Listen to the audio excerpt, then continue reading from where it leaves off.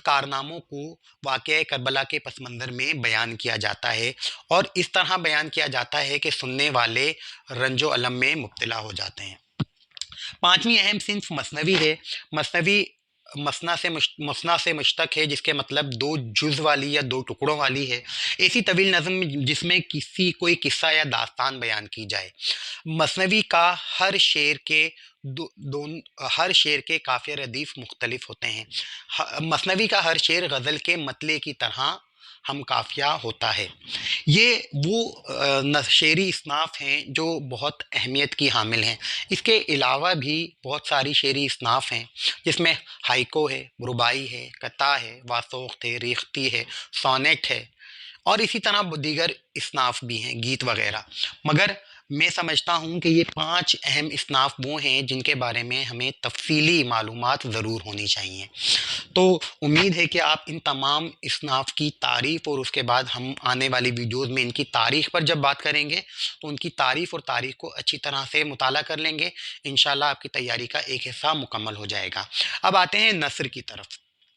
اگر نثر کے حوالے سے دیکھا جائے تو نثر میں بھی بہت ساری اصناف ہیں۔ مضمون، مقالہ اور خاکہ نگاری، سوانح نگاری، آپ بیتی اور مکتوب نگاری، اسی طرح سفر نامہ، مزاح نگاری وغیرہ وغیرہ۔ لیکن ان تمام اصناف میں سے چند اصناف ایسی ہیں جو اردو نثر میں بہت مشہور اور مقبول ہیں۔ اردو کی جو اہم اصناف ہیں، ان میں جو ابتدائی اصناف ہیں ان میں داستان خاص طور پر قابل ذکر ہے۔ داستان اردو کی قدیم ترین اصناف میں سے ایک ہے۔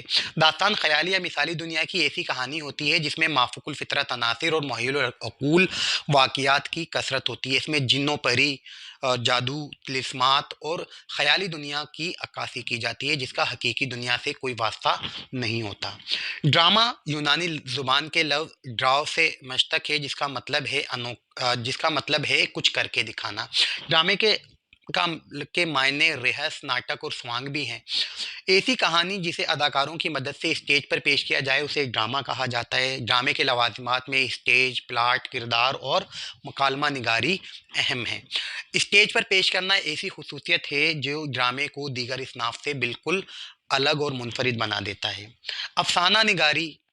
افسانہ اردو نثر کی اہم ترین صنف ہے۔ جس طرح اردو غزل شعری اصناف میں اہم ترین اور مشہور مقبول صنف ہے، اسی طرح اردو نثر میں سب سے زیادہ مقبول صنف افسانے کو تصور کیا جاتا ہے۔ اردو افسانے کا آغاز گزشتہ صدی میں ہی ہوا۔ افسانہ انگریزی سے اردو میں آیا۔ انگریزی میں شارٹ اسٹوری اور اردو میں اسے مختصر افسانہ کہا گیا، جسے بعد میں مختصر کی بجائے صرف افسانہ کہا جانے لگا۔ ایسی مختصر کہانی جس میں زندگی کا کوئی ایک پہلو بیان کیا جائے اسے افسانہ کہا جاتا ہے۔ افسانے میں یہ بھی خیال رکھا جاتا ہے کہ اس میں وحدت تاثر ہو، اور یہ کہانی اس قدر مختصر ہو کہ اسے زیادہ سے زیادہ 2 گھنٹے میں مکمل پڑھ لیا جائے۔ اسی طرح ناول بھی اردو کی مشہور اور مقبول اصناف میں سے ایک ہے۔ آج بھی اردو میں ناول کافی زیادہ لکھا جا رہا ہے۔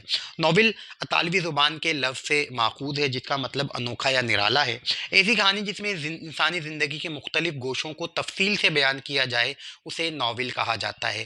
ناول داستان سے اس لحاظ سے مختلف ہے کہ داستان میں خیالی دنیا کی کہانی ہوتی ہے، جبکہ ناول میں حقیقی دنیا کا عکس ہوتا ہے۔ اسی طرح اگر افسانے سے اسے مختلف کیا جائے تو افسانے میں زندگی کا کوئی ایک پہلو بیان کیا جاتا ہے، جبکہ ناول میں پوری زندگی کو بیان کیا جا سکتا ہے۔ یہ تو اردو کی نثری اصناف میں سے اہم اصناف کا جائزہ ہو گیا۔ اس کے بعد یہاں پر عناصر خمسہ درج ہے۔ ممکن ہے کہ آپ کو حیرت ہو کہ نثری اصناف کے ساتھ عناصر خمسہ کیوں لکھا گیا ہے۔ ہم سمجھتے ہیں کہ اردو میں اگر آپ انٹرویو کی تیاری کر رہے ہیں تو نثری اصناف کے ساتھ ساتھ ایک ایسا شعبہ بھی ہے کہ جسے کسی طور پر بھی نظر انداز نہیں کیا جا سکتا، اور وہ یقینی طور پر عناصر خمسہ ہیں۔ عناصر خمسہ کو اردو کی نثری اصناف کی طرح قطعی طور پر فراموش کرنا ممکن نہیں ہے۔ عناصر خمسہ میں وہ 5 اہم ترین ادیب شامل ہیں جنہوں نے اردو نثر کو ایک نیا رنگ دیا اور اردو نثر کو نئے رجحانات سے آگاہی دی۔ ان ادیبوں میں سر سید احمد خان، مولانا الطاف حسین حالی، ڈپٹی نذیر احمد دہلوی، مولانا شبلی نعمانی اور محمد حسین آزاد شامل ہیں۔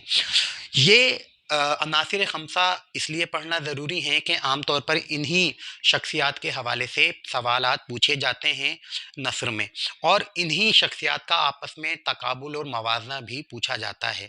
تو انشاءاللہ ہم آنے والی ویڈیوز میں ان شخصیات کے بارے میں بھی تفصیل سے پڑھیں گے، اور پھر ان تمام شخصیات کا آپس میں جو تقابل ہے یا موازنہ ہے وہ بھی انشاءاللہ کرنے کی کوشش کریں گے۔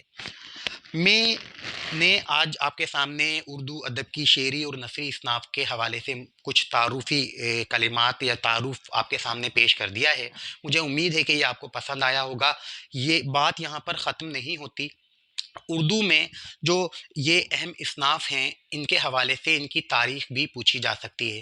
جب انٹرویو لیا جاتا ہے تو عام طور پر ڈیمو بھی کروائی جاتی ہے۔ جب ڈیمو کے لیے ہمیں کھڑا کیا جاتا ہے بورڈ پر تو بعض اوقات وہ کوئی شخصیت، شاعر یا نثر نگار ہمیں دیتے ہیں، لیکن بعض اوقات یوں بھی ہوتا ہے کہ وہ اردو کی کسی خاص صنف کے حوالے سے پوچھ لیتے ہیں کہ اس کی تاریخ بیان کریں۔ مثال کے طور پر غزل کی تاریخ بیان کریں، یا نظم کی تاریخ بیان کریں، ناول کی تاریخ بیان کریں، افسانہ نگاری کی تاریخ بیان کریں، یا ڈرامہ نگاری کی تاریخ بیان کریں۔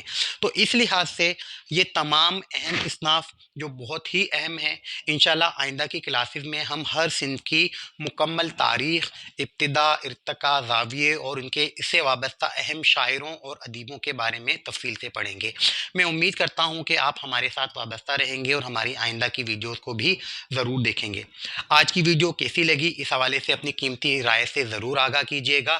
آپ کی رائے سے ہم اپنی ویڈیوز کو اور بہتر بنانے کی کوشش کریں گے۔ ان ویڈیوز کو بنانے کا بنیادی مقصد یہی ہے کہ آپ کے لیکچرر اردو کے امتحان کی تیاری، انٹرویو کی تیاری بہترین طریقے سے مکمل ہو جائے۔ میں امید کرتا ہوں کہ ویڈیو آپ کو پسند آئی ہوگی۔